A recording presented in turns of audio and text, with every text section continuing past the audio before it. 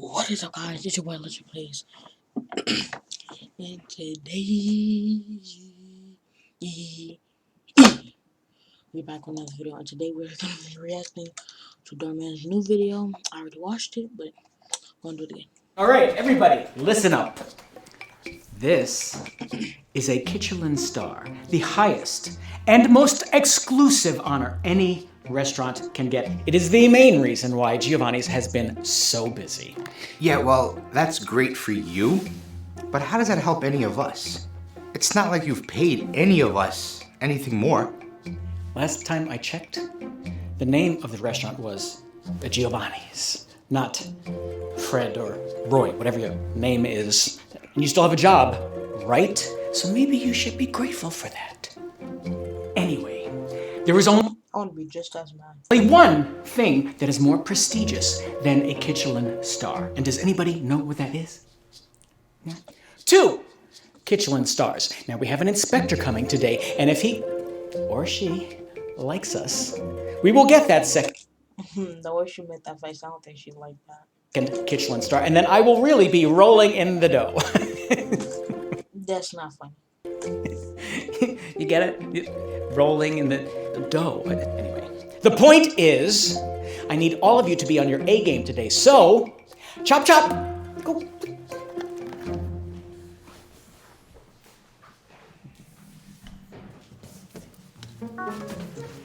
I wish I could show you my reaction. For some reason, my microphone, on my mic, my camera won't, work, so. Hello, sir. How may I help you? Hi. Like a table for one, please? Sure. Right this way. No, you're not welcome here. Excuse me? Look, I have a very important person coming here later today, remember? And I don't want them to think that this is the kind of place where people like you hang out. I'm sorry. What do you mean, people like me?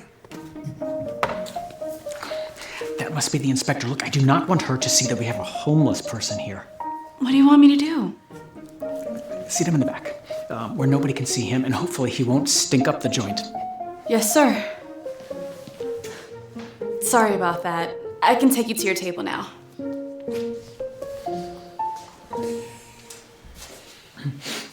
Hello. Welcome to Giovanni's. I am Giovanni.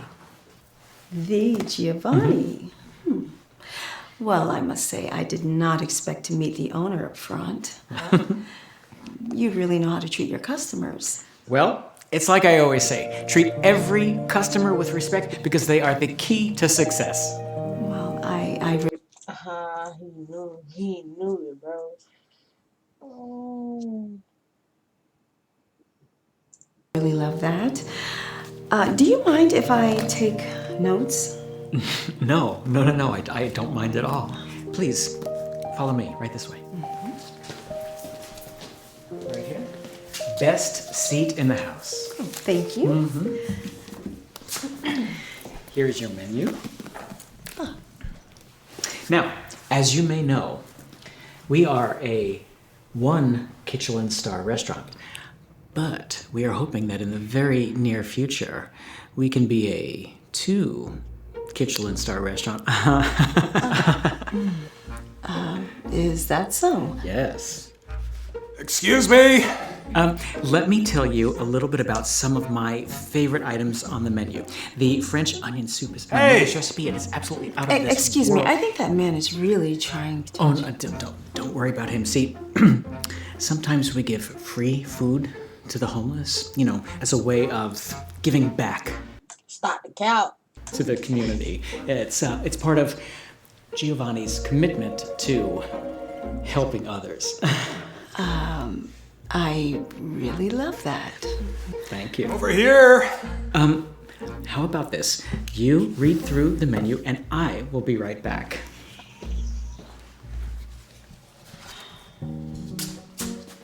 What do you want? I'd like to place an order. Do I look like a server to you? By the way, how are you going to pay for this? This food is not free. I was gonna pay cash. Let me see the cash up front. What? Really? I know about you people. dine and dash? Well, it ain't gonna happen in my joint. I either see the cash up front, or you're not eating. Okay. There. That should be enough. You, come here. Here. Give this guy a grilled cheese sandwich and a glass of water. Yes, sir. What? That's not what I want. You are lucky I let you eat here at all. Now, do not give me any more problems. He looks so, no, he doesn't seem happy at all. And? Delicious. I have to say, Giovanni. Oh, no. Please. Call me Gio. Okay, Gio. You really know how to take care of your customers. Well, thank you. It's like I said before, treat every customer with respect. Excuse me. Hello? I'm so sorry. I will be right back. And you are going to love your dessert. Can't wait.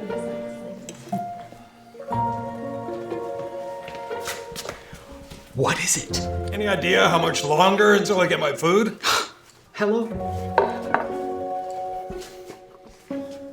What's that? What's what? That. I'd like to order some. Listen to me, old man. The only reason I let you eat here is because I have an inspector sitting over there and I am trying to get my second Michelin star.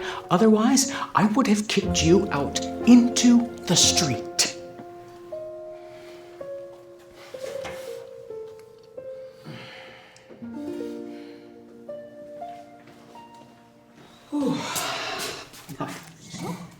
Sorry about that.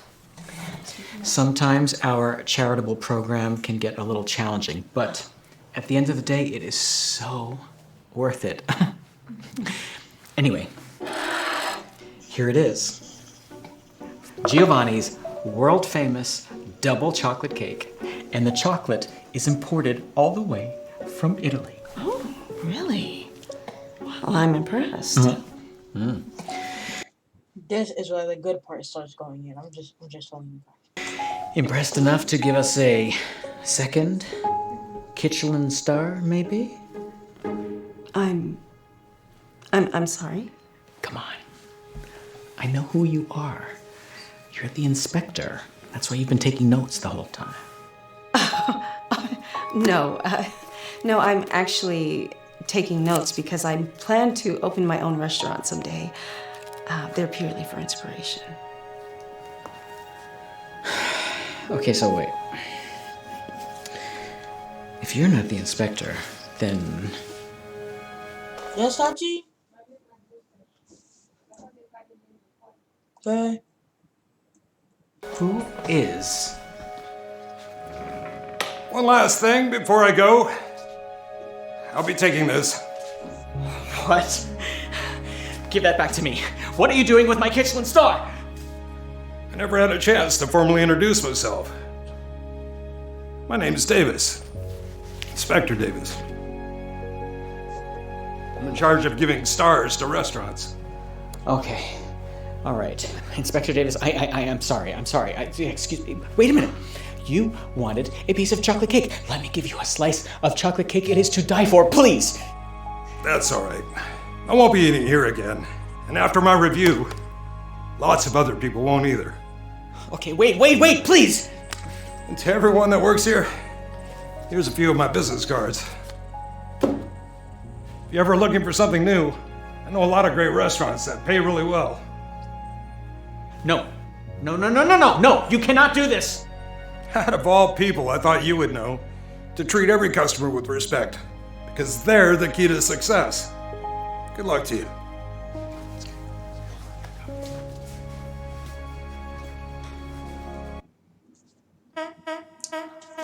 Oh, wow. The beast. Dead, bro. He deserves that.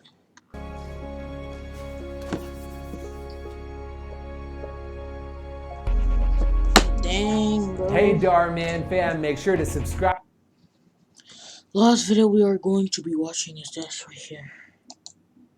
So, My boyfriend James came out of the kitchen holding a hot, steaming pie. Here, babe, he said. I made this especially for you. I cringed inside. Not another pie to get through. You see, my boyfriend James had this weird obsession with making pies, and I had to pretend they were good when actually they tasted disgusting. Oh, great, I said with fake enthusiasm. I bit into the pie, but this one tasted even worse than usual. I'd never tasted anything so bad in all my life. I didn't know how I was going to finish it. I was on my second bite of the pie when the pain in my stomach started. I was bent over double. The pain was unbearable. I looked at James and cried, "Help me, James!" But James just stood there watching as I collapsed on the floor. But before I go on, make sure you like and dang, your boyfriend probably put some poison in there or something. subscribe and hit that notification bell, or you might end up having to eat one of James's disgusting pies. I woke up and couldn't understand where I was. I could hear people talking and could make out what looked like a nurse standing beside me. "Where am I?" I asked. "It's okay, darling. You're going to be fine," a voice said. I looked around and saw Mom and Dad standing there. "What happened?" I asked. Mom and Dad told me that they had tried to call me, but I hadn't answered my phone. After a while, they began to get worried, so they went over to my apartment. They had found me lying on the floor unconscious. "Was James with me?" I asked. "No, James was nowhere to be seen," said Dad. "In fact, we haven't seen him for days." The doctors came in and told me that the pie I had eaten had got some poison in it. "What?" I said. "That's crazy! How could there be poison in it? My boyfriend James made that pie for me." The doctor looked strangely at my parents. "I'm gonna call James now," I said. "There will be a good explanation, I'm sure." I called James, but no one answered. That's strange, I thought. Why would James just abandon me? "I'll call him again later," I said to Mom and Dad. "He's probably just busy at work now." "Okay."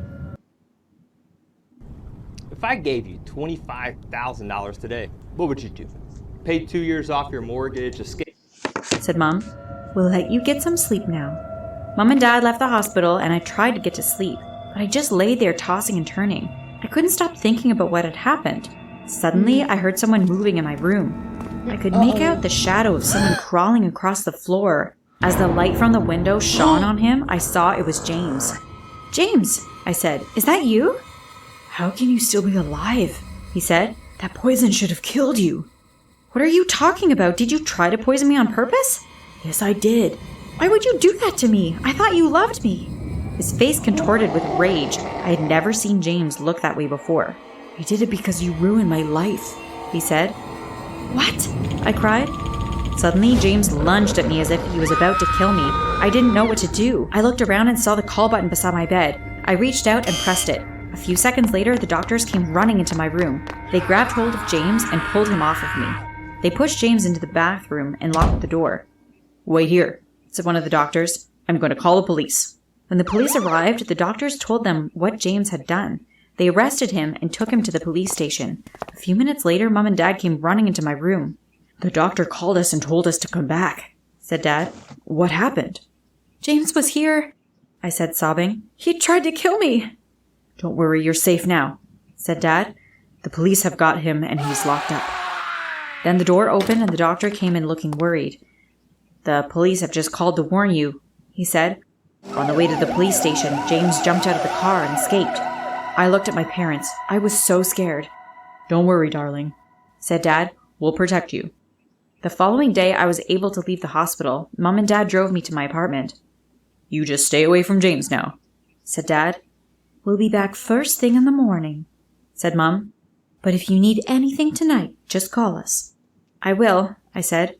The first few weeks after I got out of the hospital, I was a nervous wreck. Every little noise I heard, I was convinced it was James coming to try to kill me again. I didn't want to leave my apartment in case I bumped into him. The only thing I went out for was to get shopping from the supermarket, and even that was a traumatic experience. I was in the fruit and vegetable Dang, bro. Imagine your boyfriend trying to kill you like that.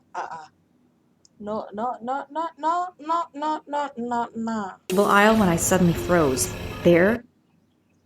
Hey, Was it James? Holy. Do you want to save money when you shop Holy, online? that You could be should click right James. here and If download that was Honey. James, holy, No, I'll no, put no, my no, head no, out no, and no. everything. Don't click there. Standing in front of me was James. I didn't know what to do, so I panicked. I tried to get out of there, but the exit was right in front of James. I tried to run past him, and as I did, I pulled out my pepper spray and sprayed him full in the face. But as he turned to me in shock, I realized that it wasn't James after all. It was just some innocent guy doing his shopping. Dang.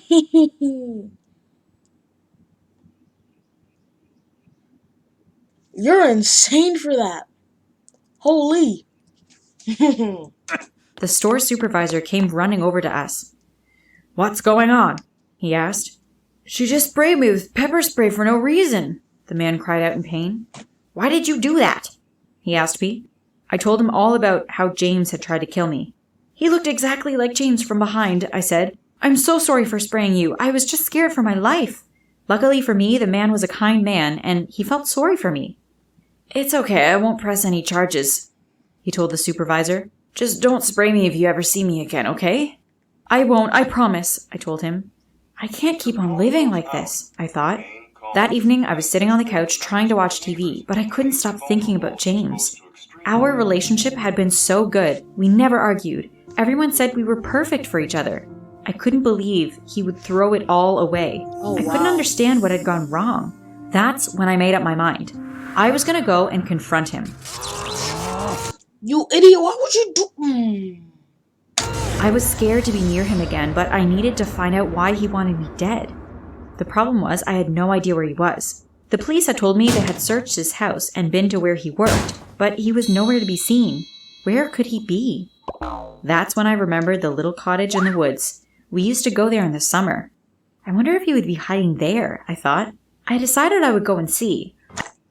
By yourself? Oh my Lord Jesus Christ. I was nervous as I walked through the woods towards the cottage. It was dark and I could hardly see in front of me. Something moved in the trees, but it was just a bird. As I approached the cottage, I could see a light on in the window. Someone was definitely there. Leave. I was sure it had to be James. I opened the door and crept inside. As I went through the kitchen, I grabbed hold of a saucepan. If James lunges at me again, then... This is how fast YouTube is with Brave. Notice how there's no pre-roll ads? And here's how you can see how much time... I'm gonna hit him over the head with his pan, I thought. James was sitting in the chair watching TV. When he noticed me, he jumped up. "James, I just want to talk to you," I blurted out quickly. "I just want to know why you tried to kill me." James hesitated, but then he finally spoke up. "Because I hate you. You stole everything I owned and ruined my life," he screamed. "What are you talking about?" I asked. "I've never stolen anything from you. In fact, I've never stolen anything from anyone." "Yes, you did," he went on. "And I've got the evidence." "What evidence?" "I've got CCTV footage of you breaking into my house." He pulled out his phone and showed me a video. On the video was a girl that looked just like me. She was taking everything out of his house and putting it into a van. "It's true, it looks like me," I said in shock. "But I promise you, I didn't do that. You have to believe me." "Well, if it wasn't you, who was it then?" "I've no idea, but let's show the video to my parents. Maybe they will be able to help."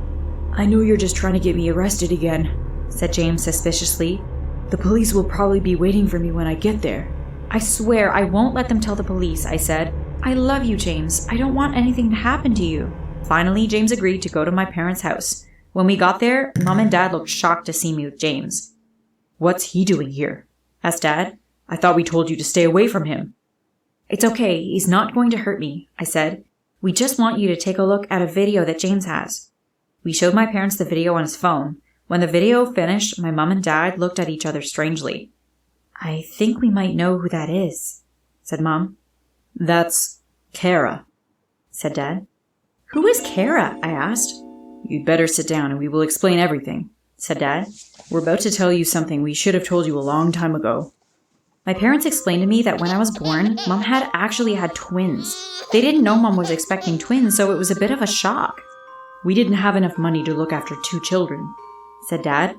"So we put Kara up for adoption." "The last we heard, she had been adopted, but we didn't know where she was living," said Mom. I was so shocked. I looked at James to see what he was thinking. "Oh, babe, I'm so sorry," he said. "I can't believe I ever doubted you. I should have known you would never steal anything from me. How can you ever forgive me? I didn't know what to think about James, but I knew one thing for certain. I needed to find my twin sister. I looked at Mom and Dad. We need to find Kara and find out why she is robbing people's houses, I said. My parents called the agency that had organized the adoption and told them that they needed the address where Kara was living. At first, they were reluctant to give it, but after Dad told them it was a life or death situation, they finally gave him the address. The four of us got into Dad's car and drove straight there. As I looked around me, I couldn't believe where my twin was living. It was a dead-end neighborhood. Only the poorest people lived there. Homeless people were sleeping in shop doorways. Eventually, we pulled up in front of a filthy, dilapidated house. Mom, Dad, and James went ahead of me and knocked on the door. The door opened, and Kara stood there looking out. "Who are you? What do you want?" she shouted. "Get out of here or I'll beat you up." I stepped out from behind my parents. Kara looked at me and gasped. She looked shocked to be looking at her identical self. As I stepped towards her, she suddenly fainted and fell on the floor. We didn't know what to do. My twin sister was lying on the ground. It was surreal for me to see an exact copy of myself there. Dad picked her up and carried her into the house. He laid her down on the couch and I started fanning her face. Slowly, she began to open her eyes. She looked at me. "I don't understand," she said. "Who are you?" I explained to her that I was her twin sister, that she had been adopted as a baby.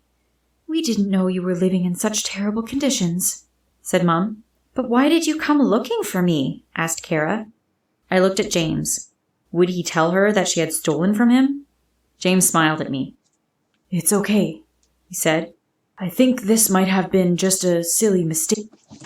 We have a very serious problem. My mom is currently online shopping, and I don't think she has honey installed on her computer. "Dig, I'm just happy you two have found each other now." Well, if he can forgive Kara for stealing from him, the least I can do is forgive him for trying to poison me, I thought. "I think you're right, James," I said. "It's all just been a silly mistake." I turned to my parents. "What's going to happen to Kara now?" I asked. "Don't worry, Kara," said Mom. "You're not going to live here a moment longer. You are coming home with your real family." It didn't take long to arrange for Kara to come and live with us. Once Dad had notified the Child Protection Services about Kara's living conditions, they soon agreed to let her leave her adopted family. Who would have thought that eating one slice of pie could change my life so dramatically? Dang. Oh wait, who the fuck is texting me? Damn, bro. That's nuts. That is nuts, bro. Imagine. Frick. Make sure to go subscribe to Storytime Animated. You know. Go subscribe. Go subscribe, okay? Go subscribe. Go subscribe. If you're not subscribed, what are you doing? They have Spanish, Russian, German, and what are you doing? And they also make sure to go check out their second channel right here. I'll make sure to leave the